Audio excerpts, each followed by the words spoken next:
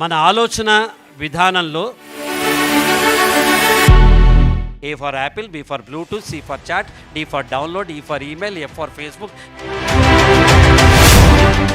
మనం ఇల్లు కట్టుకోవాలి అంటే మేస్త్రి దగ్గరికి వెళ్ళాం. చదువుకోని మేస్త్రి యథాతథంగా ఇల్లు కడతాడు. నేను సినిమా ఇలాగే ఎందుకు తీయాలి, ఇంకో రకంగా ఎందుకు తీయకూడదు అని ఒక చిన్న ప్రశ్న మీరున్న చోట నుంచి మిమ్మల్ని ఆలోచింపచేసి మిమ్మల్ని ముందుకు నడిపే there is nothing more powerful than being questioning your own self. ఇప్పుడు నెక్స్ట్ పాయింట్ చెప్తాను చూడండి. మీరు ముద్దమందారం సినిమా ఎంతమంది చూశారు? చూలే పుట్లే 4 స్తంభాలాట పుట్లే. F2 చూసిర్రా? F2లో ఒక పాపులర్ డైలాగ్ చెప్పండి. అన్యాయము అలా అని చాలా డైలాగులు ఉన్నాయండి. అద్భుతంగా మాట్లాడతారు మా స్పీకర్, మా వక్త, మా ట్రైనర్. జూనియర్ ఛాంబర్లో మేమిద్దరం కలిసి పనిచేశాము. మాకు సీనియర్గా ఉండి ఎంతోమంది ట్రైనర్లను, స్పీకర్లు తయారు చేసి తెలుగు సినిమా ఇండస్ట్రీకి ఎప్పటి నుంచో ఉంటూ టీవీ ఇండస్ట్రీలో టీవీ సీరియల్స్ ఉంటాయి చూడండి. TV serial first serial start చేసింది దూరదర్శన్లో. ఎవరో కాదు, మీ ముందుకు పిలవబోతున్నాను. నెక్స్ట్ 30 to 40 minutes ఒక ఐ ఫీస్ట్, కనుల పండుగగా ఉంటుంది. I would like to invite Pradeep అన్న. ప్రదీప్ గారు in front of you. 1 2 1 2 3.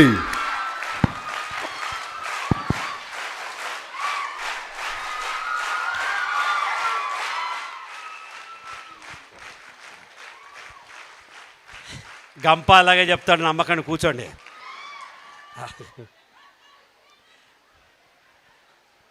Good morning.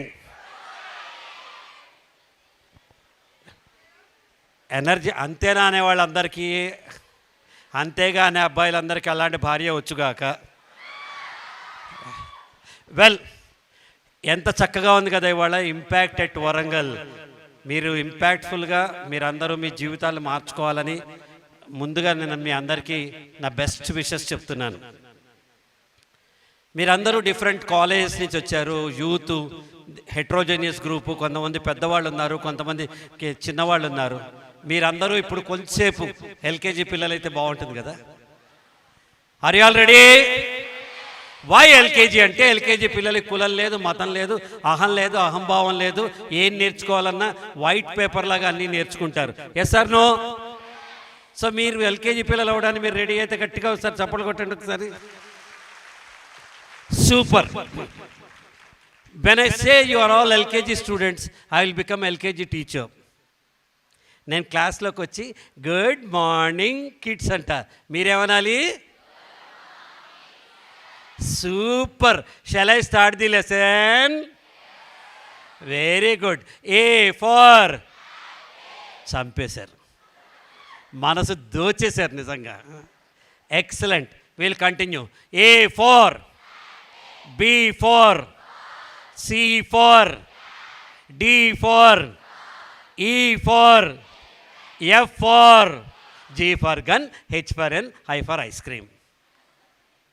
ఎంతకాలం ఇదే చెప్తాం? మన అమ్మ రోజు అదే టిఫిన్ చేసిస్తే మనకిష్టం లేదు. నాన్న అదే రెస్టారెంట్కి రెండోసారి తీసుకెళ్తే ఇది తప్ప వేరే హోటల్ లేదా అంటాం. అంతెందుకు, మనకిష్టమైన హీరో అదే హీరోయిన్తో రెండో సినిమాలో యాక్ట్ చేస్తే వీడికి తప్ప ఎవడు దొరకలేదా అని మనం అంటాం. మనం మాత్రం ఎన్ని రోజులైనా, ఎంత పెద్దవాళ్ళైనా A for apple, B for bar, C for cat అని చెప్తున్నాం. మన ఆలోచన విధానంలో చిన్నపాటి మార్పు తెచ్చుకుంటే మన జీవన విధానంలో పెద్దపాటి మార్పు వచ్చే అవకాశం ఉంటుంది. ఏంట చిన్నపాటి మార్పు అంటే, మీరందరూ ఏ ఫర్ యాపిల్, యాపిల్ అంటే పండు అన్నారు కదా, నేను కూడా ఏ ఫర్ యాపిల్ అంటున్నా, కాకపోతే ఎలక్ట్రానిక్ గ్యాడ్జెట్, ఐఫోన్ లాంటిది. అప్పుడు ఈక్వేషన్ ఎలా మారుతుంది? A for apple, B for Bluetooth, C for chat, D for download, E for email, F for Facebook, G for Gmail, H for HP, I for Instagram. అదే ఆయన ఒక actor తీసుకుంటే A for Allu Arjun, B for Balakrishna, C for Chiranjeevi, T for Daggubati Rana అని చెప్పచ్చు. అదే ఆయన ఒక place తీసుకుంటే A for Allampalli, B for Bellampalli, C for Chintalapalli, D for Durlapalli అని చెప్పచ్చు.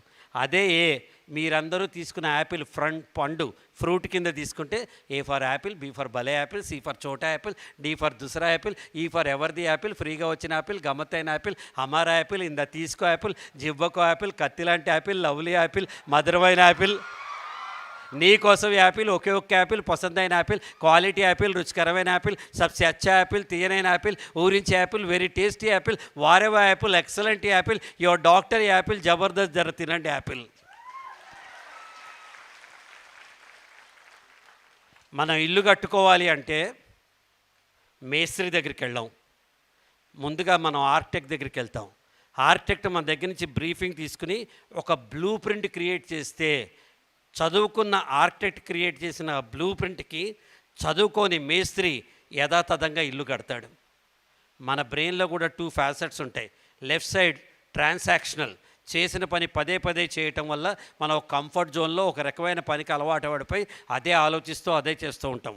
కానీ రైట్ సైడ్ బ్రెయిన్ విభిన్నంగా ఆలోచింపజేస్తుంది, అది కొత్త రకంగా ఆలోపన చేస్తుంది, అది ఆర్కిటెక్ట్ లాగా బ్లూ ప్రింట్ క్రియేట్ చేస్తుంది, అది స్ట్రాటజైజ్ చేస్తుంది, అది ఇన్నోవేట్ చేస్తుంది, మనలో అది ప్రశ్నిస్తుంది.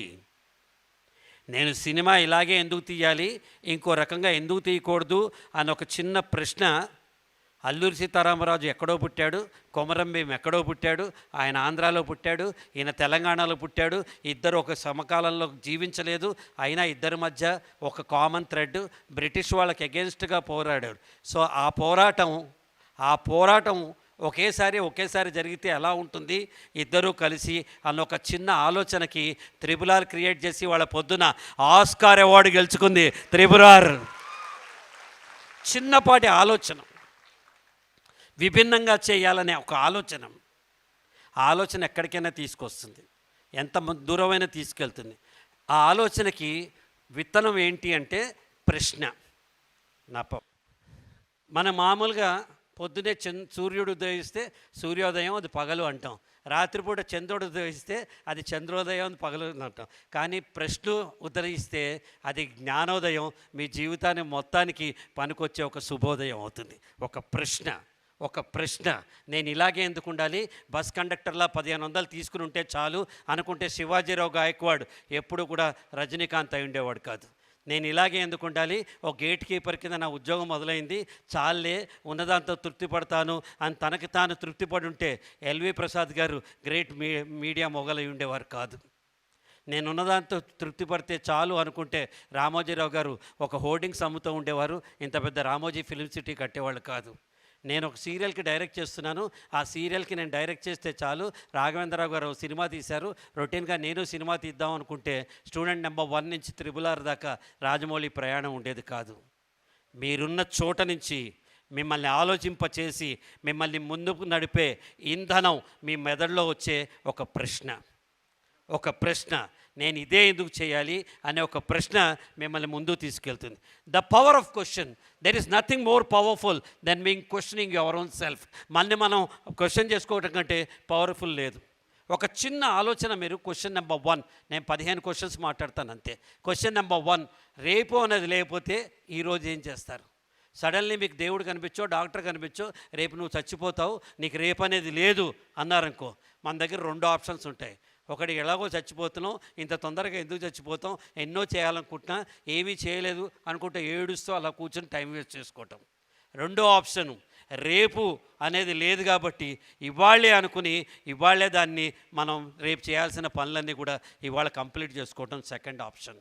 లాస్ట్ ఓవర్, ధోని 16 రన్లు కొట్టాలి, ఎప్పుడైనా రేపు చూద్దాంలే, పోతే పోయిందిలే మ్యాచ్, నాకెందుకులే అనలేదు కదా.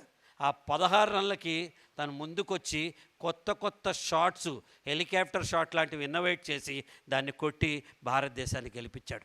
Yes or no? మనం కూడా ఈరోజే, రేపు అనేది ఉందో లేదో తర్వాత విషయం, ఈరోజే మనం చేయాల్సిన పనులు చేసుకుంటే మీ జీవితంలో పెను మార్పు రాబోతోంది. రెండో ప్రశ్న, మన మీద పక్కవాడి ప్రభావం ఎంత? పక్కవాళ్ళు మన చుట్టూ చేరి నెగిటివ్గా ఉండి నువ్వు ఇంతే, నీ బతికింతే, నీకు చేత కాదు, నువ్వేం చేయలేవు, నువ్వు ఆడపిల్ల, నువ్వు బయటకు రాలేవు, నువ్వు మగపిల్లాడివి, నీకు 71% వచ్చింది, మా అన్న కూతురు 72% వచ్చింది, ఇంకోటికి ఎవరికో 74% వచ్చింది, నువ్వు పనికిరావు, నువ్వు చేత కాదు, నువ్వు వెదవ అంటే మనం కూడా నేను పనికిరాను, నేను ఇంతే, నా బతికింతే, అదేంటో తెలియదు, నేను చూసినప్పుడే ఇండియా క్రికెట్ మ్యాచ్ ఓడిపోతుంది, అదేంటో తెలియదు, నేను ఎక్కినప్పుడే బస్సు టైర్ పంచర్ అవుతుంది, అదేంటో తెలియదు, నేను చదవాలనుకున్నప్పుడే కరెంటు ఆఫ్ అయిపోతుంది, అదేంటో తెలియదు, నేను చూసినప్పుడే పక్కింటి అమ్మాయి పెళ్ళైపోతుంది. ఇటువంటి పనికిరాని ఒక స్టఫ్ మన మైండ్లో పెట్టుకుని మనం అంతా కూడా నిర్వీర్యమై పాజిటివిటీ లేకుండా నెగటివిటీతో ఉంటాము. కేవలం దీనికి 90% పక్కవాడి ప్రభావం మన మీద ఉంటుంది. నువ్వెటెళ్ళు ఇలాగూ అలాగూ. నేనైతే ఏం చేశా, నా కాలంలో ఏం చేశా, నిజానికి నేను వీళ్ళందరూ ఐ స్పెషలిస్టు. ఐ స్పెషలిస్ట్ అంటే కంటి డాక్టర్లు కాదు, వాళ్ళందరూ ఆప్థమాలజిస్ట్ అంటారు. ఐ స్పెషలిస్ట్ అంటే ఎవరంటే ఐ అని వాళ్ళ గురించి వాళ్ళు చెప్పుకునేవాళ్ళు.